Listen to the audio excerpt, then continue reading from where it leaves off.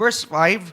Mula po sa talatang 5, babasa po tayo hanggang sa talatang 6. 1 Peter chapter 5, beginning verse 5 to verse 6. Kung tayo po'y naroon na, let us read. In the same way, you who are younger, be subject to the elders, and all of you, clothe yourselves with humility towards one another. Because God opposes the proud, but gives grace to the humble. Verse 6, and God will exalt you in due time if you humble yourselves under His mighty hand. Verse 7, by casting all your cares on Him, for He cares for you. Tayo po ay muling manalangin. Panginoon, salamat po sa iyong mga salita na aming nabasa, aming napakinggan. Ngunit amin pong hinihiling na sa hapon pong ito, hindi lamang namin ito mabasa at mapakinggan, but we want to understand your words, Panginoon. Dahil sabi mo po, Panginoon, the entrance of your words are light unto our path, Panginoon. At dalangin ko po na ang bawat isa na may pandinig ngayong hapong ito ay maliwanagan. I pray that everyone that will hear the words will be edified. I pray that everyone that will hear your words be exhorted, Panginoon, at magkaroon sila ng pag-asa, magkaroon sila ng tiwala sa iyong mga salita. Gamitin mo lamang po akong daluyan, Banal na Espiritu, because you, Holy Spirit, are the greatest teacher of the church. Gamit mo lamang po ako, itago mo po ako sa iyong likuran, at hayaan mo po na ang iyong kapangyarihan ng iyong salitaan dumaloy sa aking mga labi sa hapong ito. Maraming salamat po, Ma. Ang lahat pong ito ay aming idinalangin sa tanging pangalan ng iyong anak na si Jesus. Ang lahat ng may hininga ay nagsabi po ng Amen. Palakpakan po natin ang Diyos sa buhay. And you may be seated at habang kayo po umuupo, tingnan ninyo ang nasa kanan, tingnan ninyo ang nasa kaliwa at bigyan po ninyo ng kaunting ngiti at sabihin niyo po magandang hapon sa iyo. Amen. Palakpakan po natin ang Diyos sa buhay sa hapong ito. Napakabuti po ng Diyos. Amen. Well, let's start studying the Word of God this afternoon. 1 Peter chapter 5. Sumulat po ang lalaking si Apostol Pedro sa mga mananampalataya at ating pong tingnan, ating pong kunan ng inspiration, ang 1 Peter chapter 5. But before we proceed to the main message this afternoon, nais ko po munang kunin ang inyong attention dito sa sulat na ito because I just get a portion of what is written by the Apostle Peter dito po sa 1 Peter chapter 5. So pakikita ko po muna, I will pick up some parts of this letter na sa akin pong paniwala would be beneficiary sa bawat isa na makikinig ngayon sa ating pag-aaral ng salita ng Diyos. Number 1, we started reading 1 Peter chapter 5, and I would like you to put a marker, put an underline, kung ano man po ang pwede ninyong ipagmarka sa inyong mga Biblia. Sa 1 Peter chapter 5, verse 5, na sabi po dito, and all of you, clothe yourselves with humility. Just put a marker on that phrase, and sabi po, all of you, clothe yourselves with what? With humility. Amen? So, yung pong salita na balutin ninyo ang inyong mga sarili ng tinatawag na pagkamababang loob. That's the Tagalog word na alam po natin sa salitang humility. Amen? At kung atin din pong papansinin, let me just point you to something here sa verse 5. Ang sabi po ni Apostle Peter, ang sabi po niya, he said, all of you. Meaning when he used the word all, wala po, nobody is exempted. Kayo po ba'y naniniwala? Amen? When I say all of you must kneel down, hindi mo pwede sabihin na hindi siguro kasali because the word all is a general word that can be used for everybody. Amen? Kaya sabi po dito sa verse 5, all of you. Now, he is referring to the believers sa kanya pong sinusulatan dito sa oras at sandali ito na sabi niya that humility is one of the requirements as a believers that a believers must have. Kaya ginamit po ni Peter sa verse 5 ng 1 Peter chapter 5 yung parang analogy para po maunawaan ng babasa at ng kanya sinusulatan that humility is like a cloth. You must put it on your life. Amen? Kaya sabi po rito, and all of you clothe yourselves with humility towards one another. Why? What is the purpose? What is the value? Ano po ang halaga nung tinatawag na humility? Why the Apostle Peter is teaching the church about humility? Because, ang sabi po sa verse 5, put a marker as well do sa talatang 5 ng 1 Peter chapter 5, ang sabi po kasi, because God opposes the proud, but what God do to the humble? Ang sabi niya, He gives grace. Sabihin niya po natin, grace. Amen? The word grace is also the word favor. The word favor is also the word open doors. Amen? So sabi, God opposes the proud, but what God do to the humble, and sabi, He gives favor. Sabihin nga po natin, favor. Amen. What do you mean by favor? Pastor, favor is what you do not deserve, but even though you do not deserve, you receive it anyway. Amen? Hindi ka karapat-dapat na proteksyonan ng Diyos because you are not really walking righteously and right in the sight of God, but because of the grace of God operating in your life, still you are protected. That's favor. Amen? Undeserving, but still you receive. Amen? Yun po yung grasya. Hindi ka karapat-dapat, pero tumatanggap ka pa rin. Amen? How many of you here can be honest enough na hindi naman talaga tayo ganun kaalam sa Diyos, but still, pinagpapala tayo ng Panginoon. Amen? At kung patataasin ko po kayo ng kamay, I would be the first one to raise my hand dahil kung susukatin po yung panahon at haba ng pananalangin, some of you, tatalunin ako sa alam sa pananalangin, tatalunin ako sa alam sa pagpunta sa simbahan because some of you always are in the meeting, always praying, kneeling, But my God, still I am blessed. Why? It's the grace of God. Hello? Dahil po, yun po ay dahil saan? Sa grasya ng Diyos.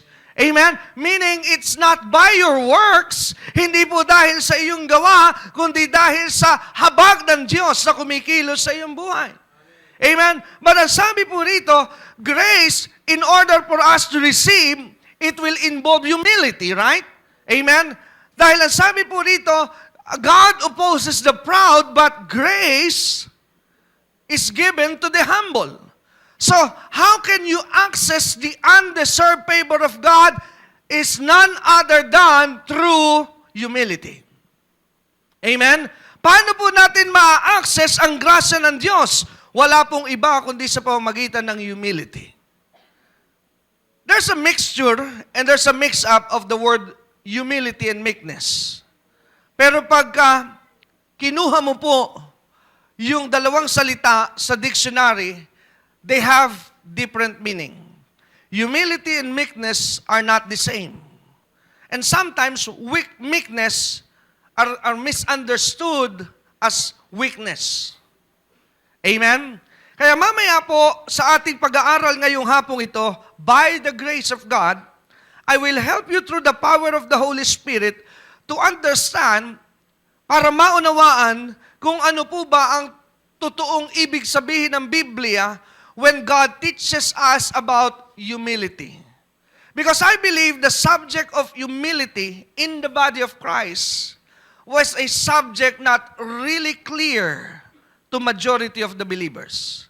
Ang akin po kasing pagkakaunawa sa simbahan at sa katawan ni Kristo, yung salitang humility, yung salitang humble, ito'y isang salita na nasa salita ng Diyos na maraming mga mananampalataya ay hindi lubhang nauunawaan kung anong ibig sabihin ng salitang humility. Amen. Now, verse 6, ang sabi po sa verse 6, and God will exalt you. That's another point that I want you to underline. Ang sabi po sa verse 6, God will exalt you. Do you believe that it is the will of God for you to be exalted? Naniniwala po ba kayo na kalooban ng Diyos na ikaw ay iangat? Sino po naniniwala that it is God's will for you to be exalted? Amen. Kanina, as I was preparing myself, bago po ako pumunta rito sa ating sanctuary, I was trying to look for a word in the dictionary about the word exalt. At nakita ko po yung salitang exalt sa dictionary, ganito po ang ibig sabihin. Just to help us understand, because we're dealing with words today. The word exalt means to raise high, to elevate, to lift up. Ulitin ko po, what is the word exalt means? To raise high, to elevate, and to lift up. Kayo po ba'y naniniwala that God wants you to be raised higher than where you are used to be? Naniniwala po ba kayo na gusto kayo ng Diyos na iangat? Amen? I do believe also. Dahil kaya nga po ating unawain, let me just give you a connection. Kayo po ba'y naniniwala that the God that we serve today, in our generation, is the same God that Abraham and all the other people in the Old Testament serve? Kaya sabi po ng book of Hebrews, He is the same yesterday, He is the same today, and He will be the same tomorrow. Amen? So our God is constant. Hindi po siya nagbabago. Amen? Kaya nang sabihin ng Panginoon sa bayan ng Israel sa Deuteronomy chapter 28, one of the favorite portion na sinabi ng Diyos sa bayan ng Israel sa Deuteronomy chapter 28, at sabi ng Panginoon, you are the head and not the tail, you are above only and not beneath. Amen? At ang sabi rin ng Diyos sa bayan ng Israel, I will bless you. You will be blessed in the city. You will be blessed in the field. Amen? So meaning to say, God wants His people to be blessed. Amen? Amen? That is the intention of God. God wants His people to be exalted. Kaya wag po natin paliniwalaan that God doesn't want you to be exalted dahil may paniniwala na pinangangaral at naunawaan ng marami that it is too dangerous for you to be blessed and prospered. Why? Dahil baka daw ikaw ay mapasama. I don't think so. Kaya ngayon pong hapong ito, mauunawaan po natin kung paano yung paraan, how will God exalt us? Ang sabi po dito sa verse 6, and God will exalt you. At ang pinakamaganda pong exaltation in verse 6, nais ko rin pong bigyan ng pansin ninyo sa verse 6, ang gustong-gusto ko po dyan is that my exaltation will not come from my boss, will not come from my job, will not come from my business, but from God. Hello? Amen? Bakit po? Dahil pag ang iyong pag-angat ay dahil nakuha mo po sa tao, ang tao po ay lagi pong may utang na loob. Pag sa tao mo po nakuha ang pabor, lagi ka po niyang susumbatan. Hindi madalas, pero maraming beses ganun na nangyayari. Ngunit pag ang Diyos ang nag-angat sa iyo, nobody can put His face in front of you because you know that God is behind your blessing. Amen? Minsan sa buhay po ng lalaking ang pangalan, I think, the man in the Old Testament is David.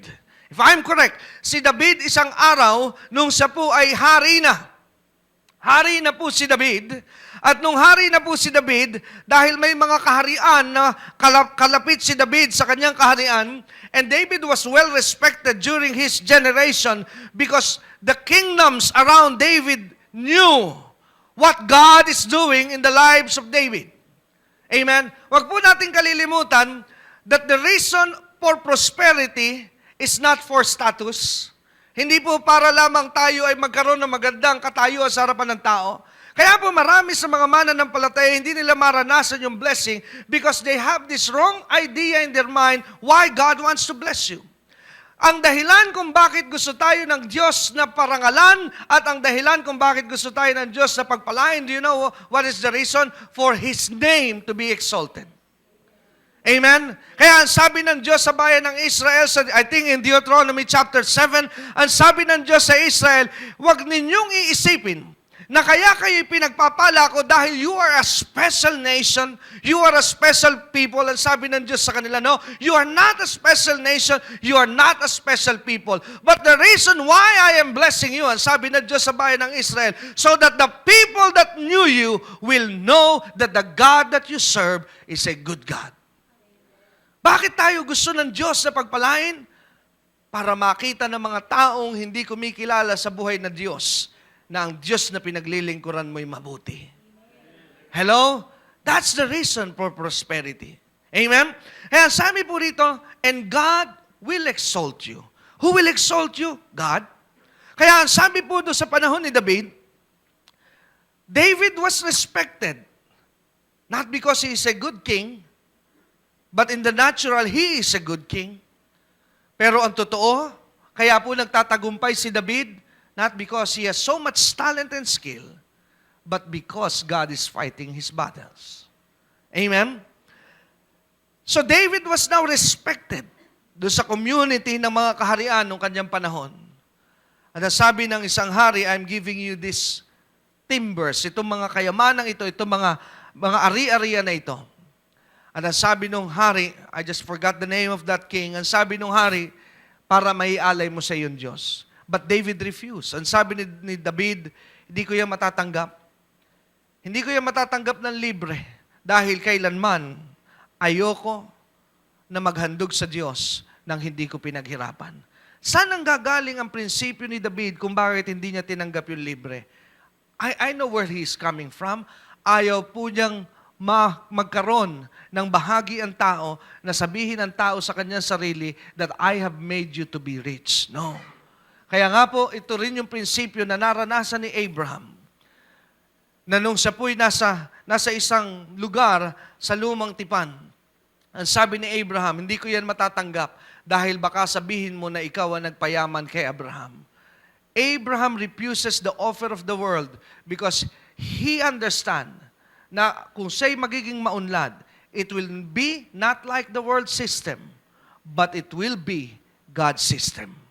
Amen? Kaya ating unawain ang sabi ni Pedro sa verse 6, 1 Peter chapter 5, God will exalt you. Alam niyo po ba na pag binasa niyo yung verse 6, this is a prophetic message for you and I? Amen? Na sabi po ng Diyos, He will exalt you, He will exalt me.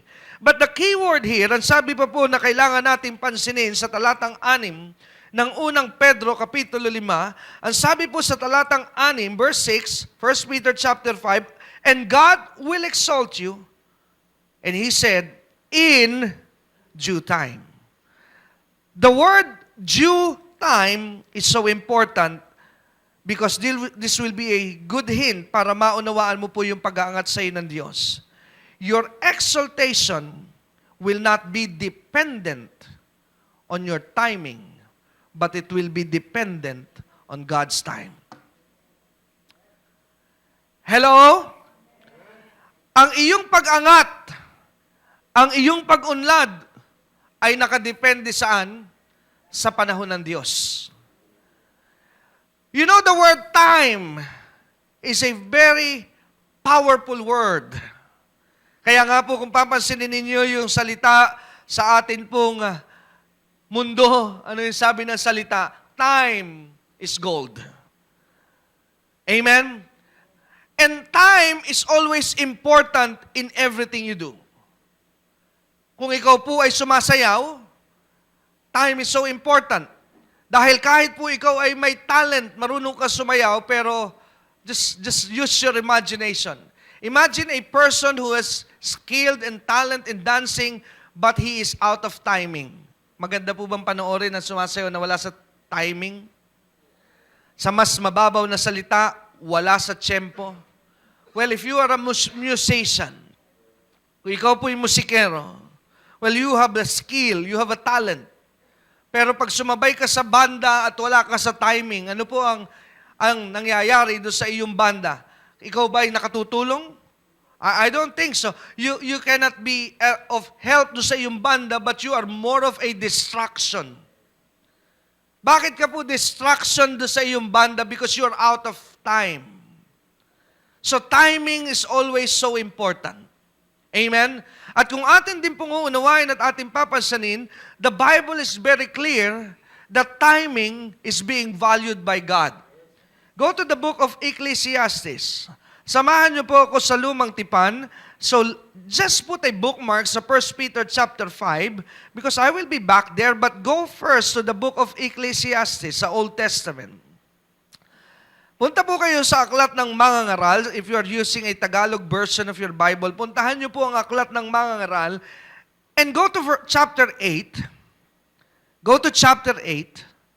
Ecclesiastes chapter 8, Mangangaral, ang kapitulo po ay 8. At kung tayo po ay nasa Ecclesiastes chapter 8, let's go to verse 5. Go to verse 5 and we will be reading all the way hanggang verse 6. Nandun na po ba kayo? Ecclesiastes chapter 8 verse 5. Okay, let's read. Ang sabi po ni Solomon, Solomon was the writer of Ecclesiastes. Ano po ang sabi ni Solomon? Verse 5. Whoever obeys his command will not experience harm. And a wise person, Pay attention to that words. A wise person knows the proper time and procedure. Verse 6, for there is what? There is a proper time and procedure for every matter. Sa Tagalog, ang sabi po sa talatang 6, talatang 5, I'll just speak up for sa last sentence ng verse 5, ang isa't matalinong tao, alam niya ang tamang panahon.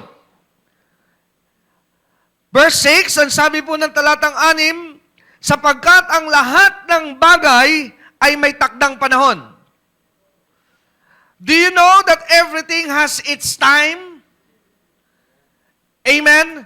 Alam niyo po ba na pag inassess mo ang buhay ng maraming tao, I'm not singling out the Christians, but this can be applied to a lot of people, hindi lamang po mga mananampalataya, pero to give this thing an exclusive thought sa hapon po ito ng ating pag-aaral as a Christian. Pag inassess mo po ang iyong buhay, think about your life and the failure that you have in your life. Majority of our failure in life as a Christian is because we walk out of the timing of God. Hello? Karamihan ng kabiguan natin bilang mga mananampalataya because we go ahead the timing of God. Amen? Because sa puro totoo po, ang isa sa pinakamahirap na gawain ng tao is to wait. Waiting is not a good job, but it's the key for us to receive our success in life. Sa puro totoo po, one of the things that I hate ay yung pinag-iintay ako. My God, it turned my fuse out pag ako po'y nag-iintay. Pag sinabi sa akin na ang usapan ay alas 5 at 5:30 na, wala pa yung kausap ko, minsan nakakalimutan ko pong ako'y Kristiyano. Sabi mo sa iyong katabi, siya lang kaya yun o ako din ay ganon? Hello? Why? It just shows na hindi po madali ang mag-intay. Amen? May mga tao rin po na you are believing God for blessing pero 10 years had passed until now wala pa rin yung blessing and you now became weary na nangihina ka na. But I have a good news for you today. Wait!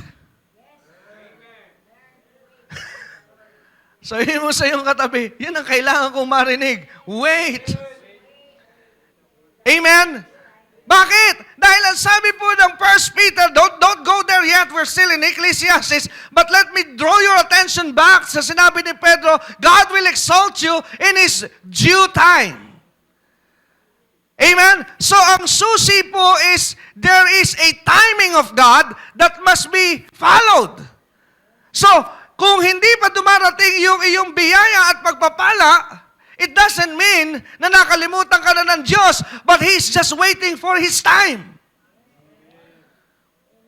Hello? Amen? Bakit po ba napakahalaga ng time ng Diyos? Now, still we are in the book of Ecclesiastes. Turn to Ecclesiastes chapter 3. Samahan niyo po ako sa Ecclesiastes chapter 3 today. Ecclesiastes chapter 3. Go to verse 1. And I'm sure you will like this. Ang sabi po ng verse 1, Ecclesiastes chapter 3 verse 1, ano po sabi ng verse 1? For everything, what did the Word of God said? Everything, sabihin niya po natin, everything. Ano po ba sa Tagalog yung everything? Ang lahat ng bagay. Ano raw po ang sabi ng salita ng Diyos ng lahat ng bagay? The key word there, everything there is an appointed time. Sabi ng New Living Translation na nasa inyong screen, for everything there is a season. Hello? Pero ang sabi po ng New English Translation, for everything there is an appointed time. And an appropriate time for every activity on earth. My God, I was just sharing this thing kanina sa ilang mga manggagawa sa Alabang. Ang sabi ko sa kanila, you know, the Lord told me about this thing, that it's really the timing of God. Pansinin niyo po. Lahat po ng bagay sa ibabaw ng mundo, ang sabi ng Biblia, may takda lamang silang oras. That's what the Bible said, right? Lahat na nangyayari sa ibabaw ng lupa ay nangyayari lamang dahil yun ang takdang panahon. I was talking to some leaders in the church this morning and sabi ko sa kanila, think about this. May mga preachers, may mga church, they're still here today, but I would never name them today in your hearing dahil may mga camera po nakakahiya naman sa kanila. But I will just talk to you about them. May mga preachers, may mga mangangaral, na one time in their life, they were so famous. Nandiyan pa rin yung iba, pero hindi na sila ganun katanyag. Hello? Hindi na sila ganun kasikat, but they're still there. They're still around. Amen? At isang araw, habang ako'y nagbubulay, sabi ko, bakit nga parang nandiyan pa rin sila, pero meron ng iba ngayong mga names of preachers na nag-a-arise and now they are the popular thing. Wala din pong pinagkaiba yan para madaling maintindihan. Medyo lipat tayong konti. Sabi nga ni Dr. Morris Cirulo, what is true in the spirit is always true in the natural. Everything is parallel, ang sabi ni Morris Cirulo. So kung ano yung nangyayari sa natural, ang katotohanan may relasyon yun sa nangyayari sa spirit. So let me go to the natural. Let's talk about showbiz. Sino rito mahilig sa showbiz? Sabi ng mga linya ng mga artista, hindi habang buhay, sikat ka. Kaya habang sikat ka, tanggapin mo ng tanggapin ang lahat ng project. Hello? Dahil darating din yung panahon, malalaos ka. Kaya habang sikat ka, mag-ipon ka. Dahil hindi habang buhay, sikat ka. What is that principle? That's the principle of timing. Well, if that is true in the natural, totoo din po yan sa spirit. In the world of ministry, may timing lang din po ang lahat ng bagay. May mga panahon na ikaw ang namamayagpag, pero darating din ang panahon na meron ng iba na mamamayagpag ang pangalan. And I said, bakit ganon? And this thing came into my mind. Sapagkat upang ipaunawa ng Diyos sa tao, na lahat tayo gamit lamang niya. Kaya pag ginamit ka ng Diyos, gamitin mo ng ayos. At pagka natapos na ang gamit mo ng Diyos sa iyo, sabihin mo sa Diyos, salamat po sa pribilehiyong nagamit mo ako kahit minsan. Why? Dahil ang totoo, tayo po'y gamit lamang ng Panginoon. Hello? Amen? Amen? Kaya nga, ang sabi ni Michael Jordan one time, in my time, LeBron James could not beat me. But praise God, his time is not forever. Dahil kung forever po ang time ni Jordan, then LeBron James wouldn't have any career. Pero ang lahat po'y may katapusan. Dahil isa lamang po ang bagay na walang katapusan. Yan po'y walang iba kundi ang Diyos. If you are blessed today, well, I'm here to tell you, it's your time. And make good use of your time today dahil minsan lamang yung bagay na yan sa iyong buhay. Kaya kung puro pagpapala ang dumarating sa iyo, huwag mong sayangin, huwag mong waldasin because you are in your right timing. Pero kapatid, I'm also here to warn you that that time is not forever. Paanyaya sa lahat ng ating mga taga-subaybay na dumalo sa ating Friday Night Revival sa darating na November 4, November 11, November 18, at November 25. Dito sa lugar na ang himala ay madalas na nagaganap sa Grace Revival Center, 2nd floor, Medicor Building, Ortigas Avenue, Green Hills, San Juan, sa ganap na alas 6:30 ng gabi. Welcome po ang lahat.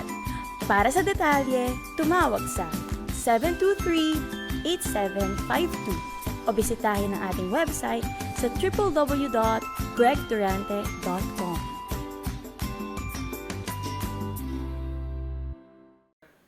Hello? There will be time na hindi ka na malakas. There will be time na wala na ang pabor sa iyo ng iyong boss. There will be time na hindi ka na napapansin sa opisina at nagsisisi ka, ba't di na nila ako napapansin kung kailan pa naman ako walang pera? Because you miss your time.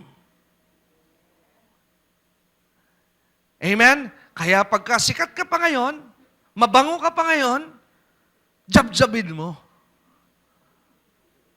Dahil darating ang panahon, baka hindi na time mo. Kaya ang sabi po rito sa Biblia, in everything there is an appropriate time.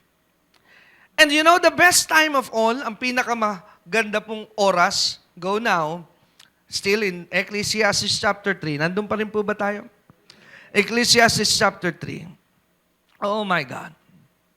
Ang sabi po ng Ecclesiastes chapter 3, ang pinakamaganda po sa lahat ng panahon ay ang timing ng Diyos. Kaya ang sabi ng Biblia, in His time. He makes all things, what? Beautiful. Kaya kung panahon po ng Diyos, amen, ang sabi ng Ecclesiastes 3:11, ang sabi po ng Ecclesiastes, ang sabi po, in His time, ano po ang pinakamagandang time sa lahat ng time? Yung panahon ng Diyos. Kaya kung panahon na ng Diyos, gaya na sinasabi ni Pedro sa sulat niya sa unang Pedro, na sabi niya, in God's time, He will what? He will exalt you in due time. Amen? Kaya intayin mo yung panahon mo. Tapikin mo ang iyong katabi at sabihin mo, intay lang. Wait for your time. Amen? And your time is coming. Amen? Hallelujah. Praise God. But in verse 6, go back now. 1 Peter chapter 5. Go to 1 Peter chapter 5. But ngunit pansinin po natin, yung verse 6, ang sabi po rito, humble yourselves therefore under the mighty hand of God, that He may exalt you in due time. So, if you would analyze, if you would meditate verse 6, 1 Peter chapter 5, na bago po yung exaltation, sa takdang panahon ng Diyos, there is a requirements. What is the requirements na ang sinabi po sa talatang 6, what is the requirements of God while you're waiting for His time? Correct. Ang sabi po ng Biblia, you and I are commanded to humble ourselves under the mighty hand of God.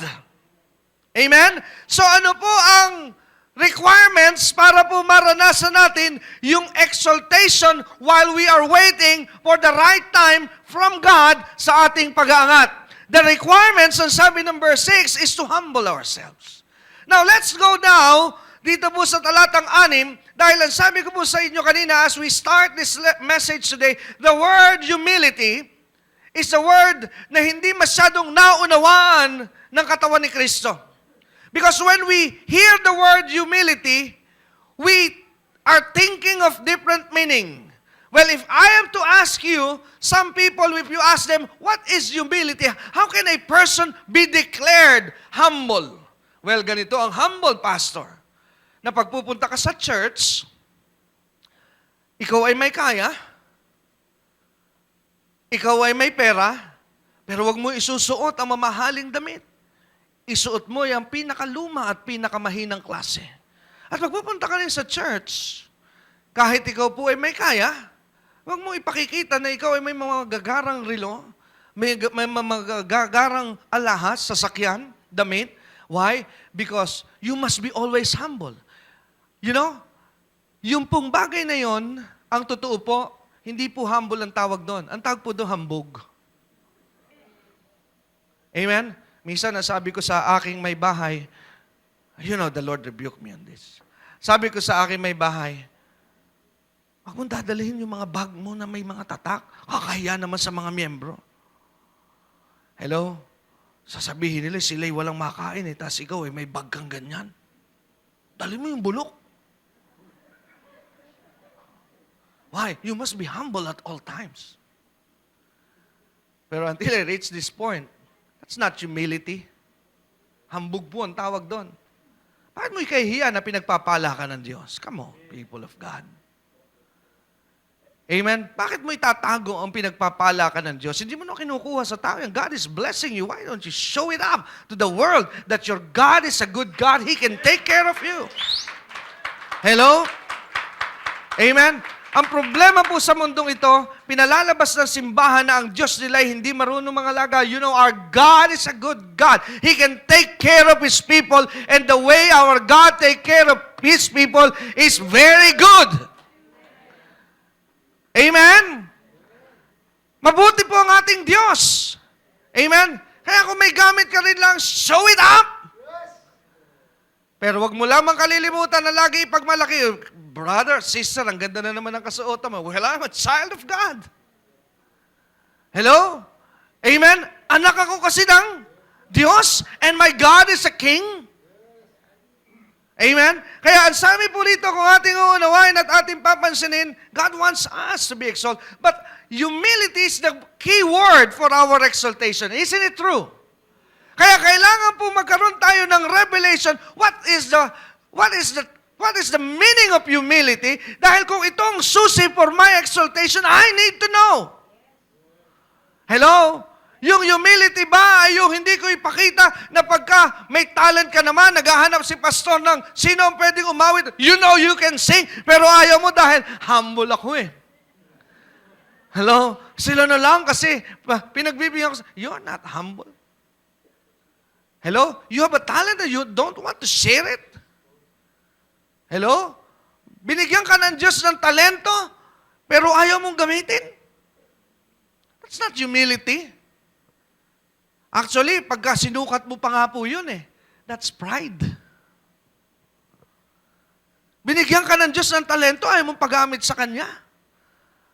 Do you know, just to warn you, if you have given by God a talent, pagdating ng araw, tandaan po natin ito, and you will be reminded of me that one day, there is a person used by God like me in your sight.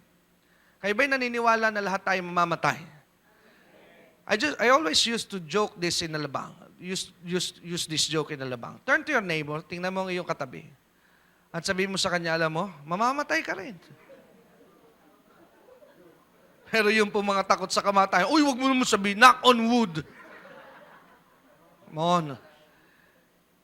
Ang taong alam ang katotohanan, hindi takot mamatay. Dahil nung araw na tinanggap mo po si Kristo, your eternal brothers and sisters. Nung araw na tinanggap mo si Jesus, your life is eternal. Amen? Kaya nga sabi ni Pablo sa Corinto, death, where is your sting? Nasaan ang iyong kamandag? Bakit hindi na natatakot sa kamatayan si Pablo? Dahil alam niya na ang kamatayan ay pintuan saan? Sa buhay na walang hanggan. Kaya pag hindi ka takot mamatay, hindi ka pinipweste ni Satanas ng kamatayan. Ang mga tao hindi alam ang katotohanan niya na lagi natatakot mamatay. May konti lang kumirot, naku, baka mamatay ako nito. Ganito yung kamatayan ng kapitbahay. Hello? Naku, ganyan, na kamamatay lang nung isang tao doon sa kabilang barangay. Ganon din ang kirot na naramdaman. Baka ako'y mamatay. Who cares? If you are a child of God, then your death will be an entrance to a good life. Amen? Tanungin mo nga yung katabi, takot ka bang mamatay? Hello? Alam mo si Satanas, pag alam po niyang alam mo ang katotohanan, iniiwasan ka. Ang pinupuntahan niya, yung hindi alam ang katotohanan. Pag alam niya na alam mo na ang kamatayan ay para mapadali ka sa piling ng Diyos, iiwan ka niya. Bakit? Basta tutulungan ka pa niyang makarating ka agad na mabilis? Hello? Hindi ka niya tutulungan makarating doon na mabilis. Amen? Kaya pag nawala yung takot mo sa kamatayan, lulubayan ka na niya. Bakit? Dahil alam mo na alam mo na pagka namatay ka, mapapabilis ang pagpunta mo sa piling ng Ama. Eh kung ikaw po ba si Satanas, gagawin mo ba yun sa kaaway mo? Padadaliin mo ba ang buhay niya? No, I don't think so. Amen? Amen? Kaya sabi po rito, let's go back, humble yourselves.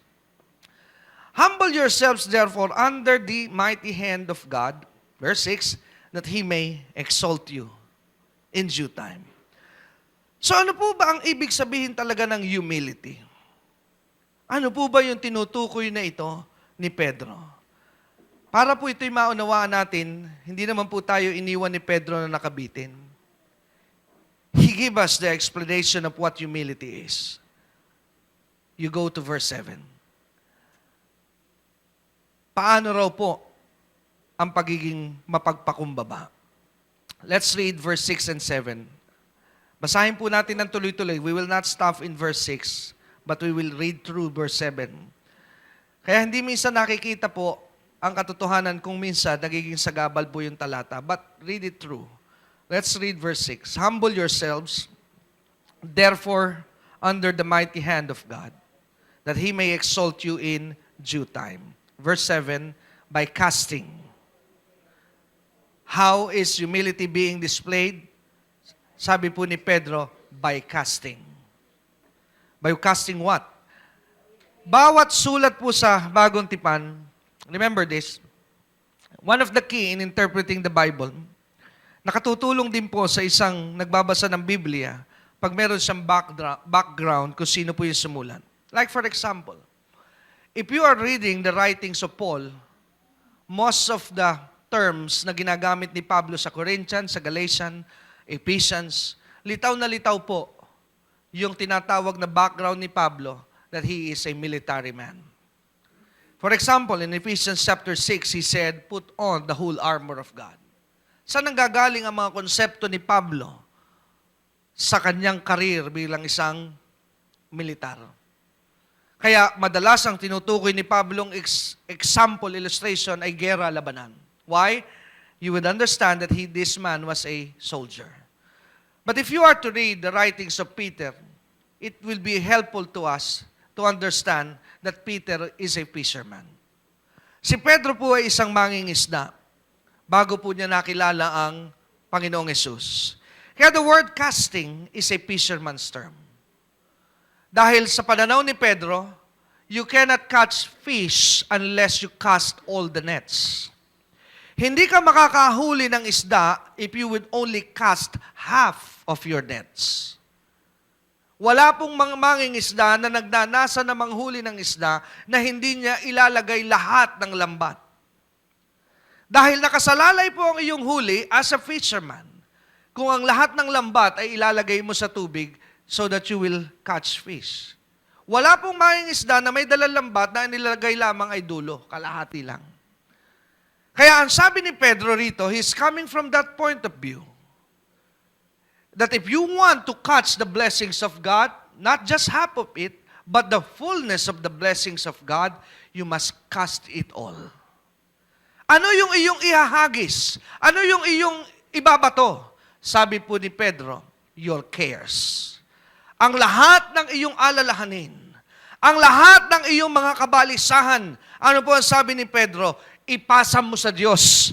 Ibato mo sa Diyos. At yun yung sinasabi ngayon ni Pedro, that's the key to interpret verse 6, na sabi, humble yourselves under the mighty hands of God. What is the meaning of the humble yourselves under the mighty hand of God? Ang sabi ni Pedro sa verse 7, you are humble when you cast your cares into the hands of God. Ikaw pala'y ang isa palang tunay na mapagpakumbaba, you don't depend on your strength, you don't depend on your talent, but everything you do, you depend of God. Kahit alam mong kaya mong gawin ang isang bagay, pero ang sabi mo sa iyong sarili, Panginoon, di ko ito kaya, pero ipapasa ko ito sa iyo because I believe in you. What you are doing, you are humbling yourself in the mighty hands of God. Hello? Amen? Yung pala yung sinasabing humble yourselves. When you give it all up to the Lord, you are humbling yourselves. Pero pag ikaw pala ay, kaya ko ito, gagawan ko ito ng paraan, you're not humble. You're proud. Bakit naman kailangan pa si Lord? Kaya nga ako nakatapos sa magandang paaralan. You are not humble. You are proud. Pero pag ikaw pala, ay nandun na sa punto na wala kang magawa. Wala kang pinanghahawakan, kundi ilalagay mo lang ito lahat sa kamay ng Diyos. What you are doing, you're humbling yourselves.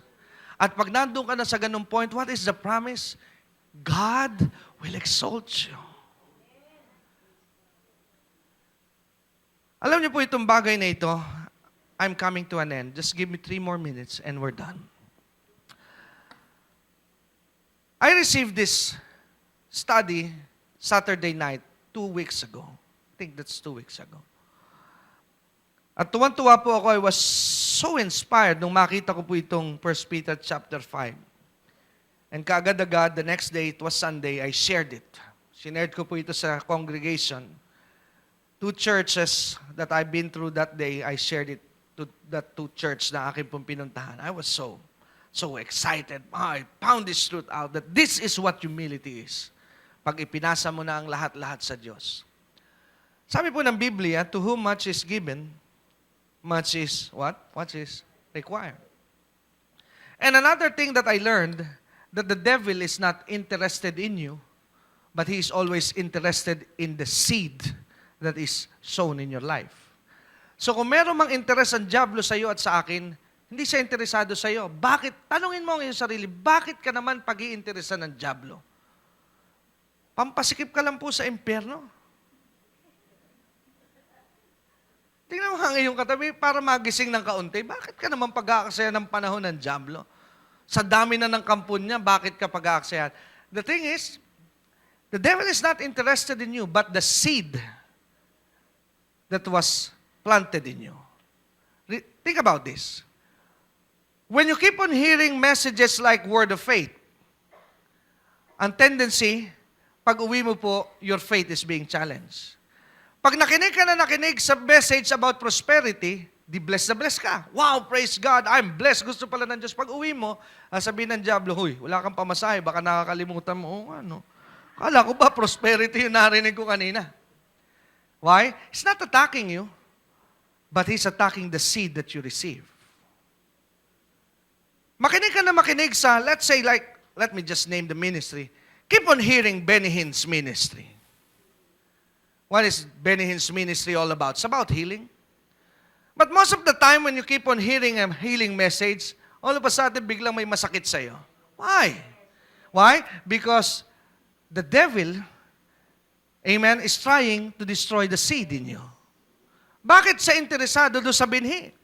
Because he knows that when the seed is planted and it grows, you will bear fruit.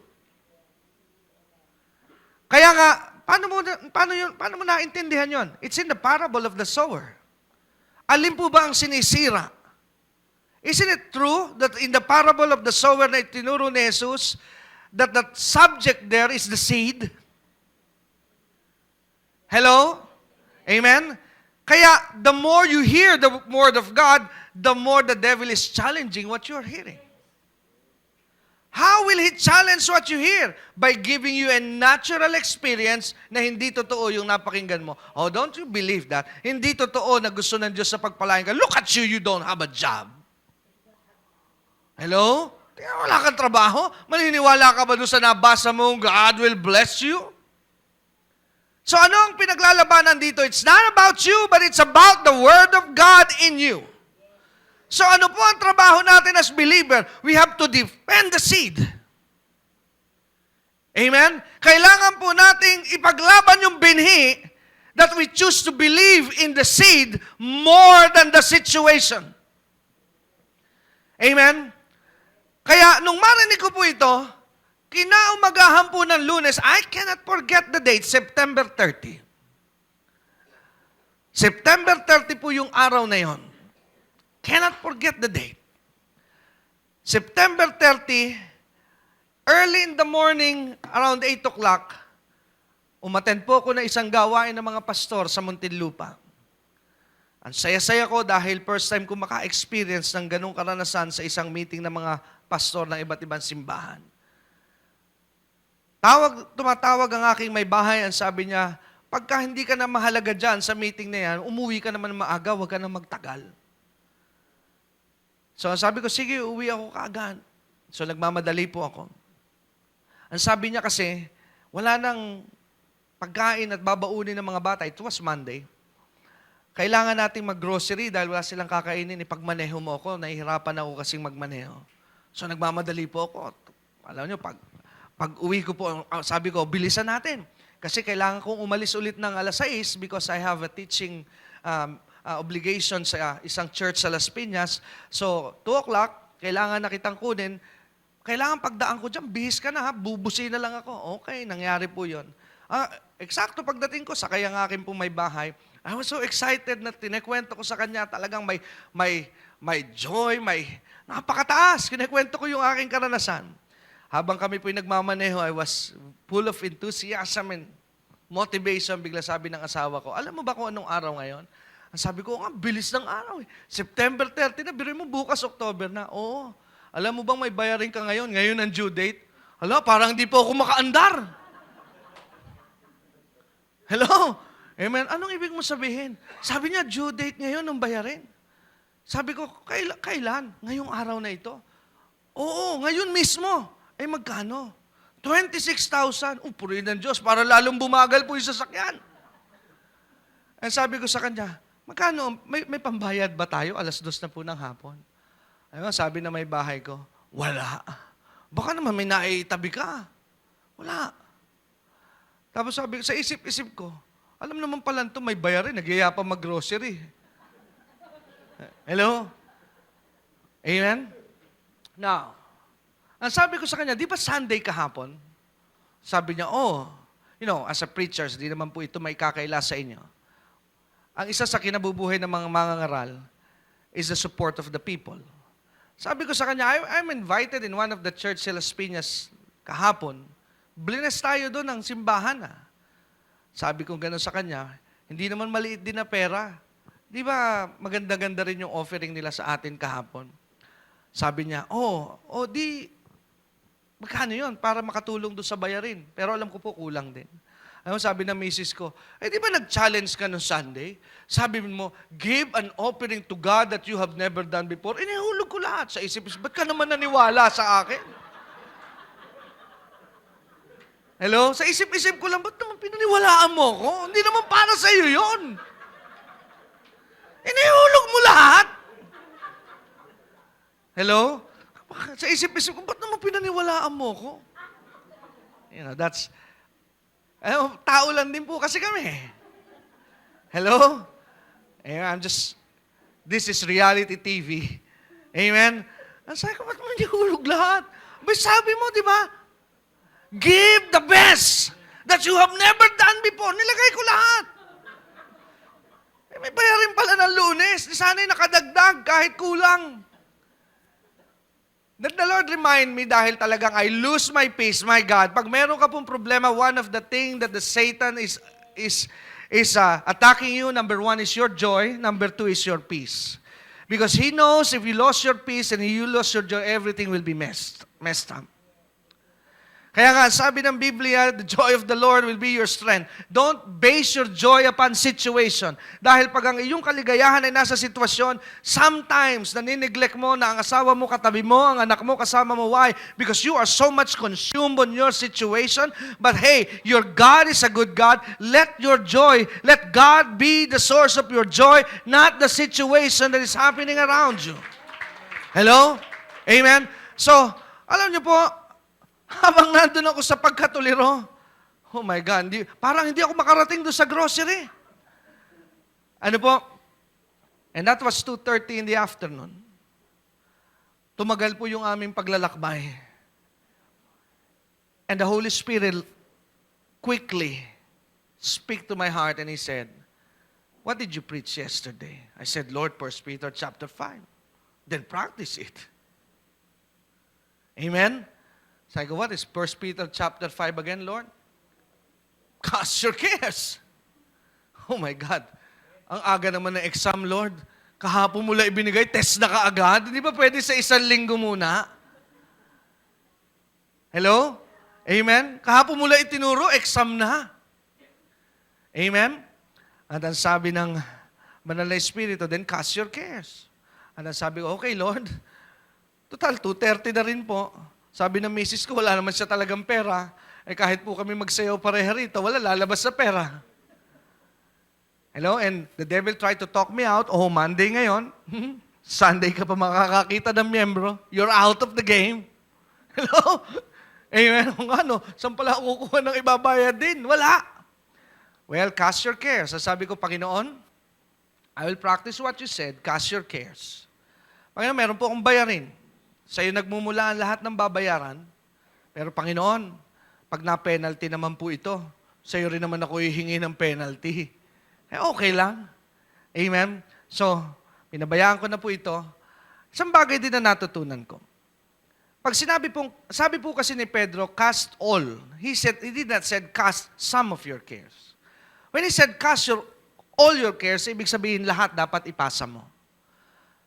Isang bagay din na natutunan ko nung araw na yon, pag totoong ipinasa mo na sa Diyos ang iyong alalahanin, wala na po yung kabigatan. Payapa ka na. Isang palatandaan na hindi mo pa ipinapasa sa Diyos ng buo, pag kinakabahan ka pa, nasa iyo pa. Kasi, Lord, binibigay ko na po sa iyo, tapos pagtalikod mo, ninenervyos pa rin ako. Nasa iyo pa eh. Ibigay mo lahat. At pag ibinigay mo lahat, wala na yun dito. Sabi ko, Lord, binibigay ko na po sa iyo. Pag sabi ko sa bisyo, wala na rin lang tayo magagawa. Ipasa natin sa Diyos, mag-grocery tayo. Talagang grocery kami na parang walang bayarin. Amen? At nung umuwi po ako, nakarating kami ng bahay, that was around 5 o'clock maybe. Paalis na ulit ako, naligo lang po ako sandali, bihis ako.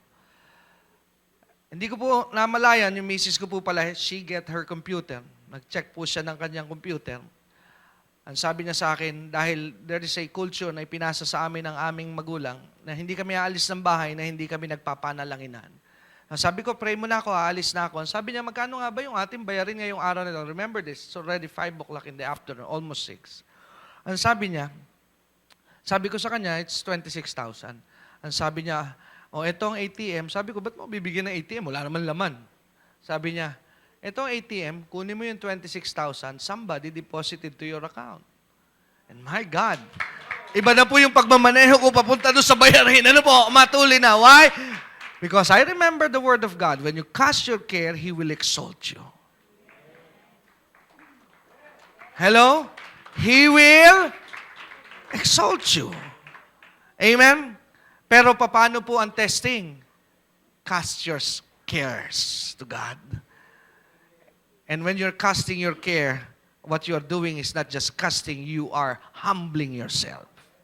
Yung pala yung humbling yourself, pag ipinasa mo na lahat, Panginoon, ito po, wala naman ako talaga magagawa. Minsan nasabi ng isang staff natin sa Alabang, si Pastor, parang walang bayarin yung church. Parang relax na relax. Why would I worry? May tutulong ba yung worry ko? Wala.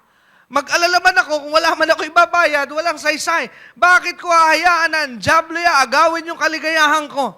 Amen. I would not let the devil steal my joy. Amen. Kaya kahit may malaking bayarin, kahit may malaking obligasyon, I give it up to God. Ibigay mo sa Diyos ang lahat ng iyong alalahanin dahil may pangako ang Diyos natin sa atin that He will exalt us in due time. Amen. Kaya the requirements is humble yourselves. Let's pray. Tayo po'y manalangin. O Diyos, amang makapangyarihan sa lahat, nagpapasalamat po kami sa iyong mensahe, sa iyong mga salita na iyong pinahintulot na aming mapakinggan.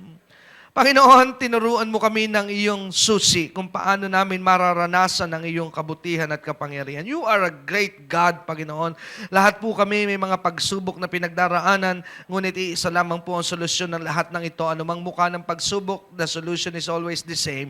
The solution is always you, Panginoon. Ikaw lamang po ang solusyon, anumang problema ito. Kaya Lord, abutin mo ang bawat isa, pagpalain mo ang bawat isa, at maranasan nila that your promises is always true and sure. In Jesus' name, and everyone say, Para po sa pagpapatuloy ng programang ito, kailangan po namin ng inyong panalangin at pinansyal na suporta. Sa bawat kaloob ng inyong ipapadala, anuman ang halaga, bibigyan po namin kayo ng anointing oil bilang pasasalamat sa inyong pagtulong at pagsuporta sa Greg Durante Ministries.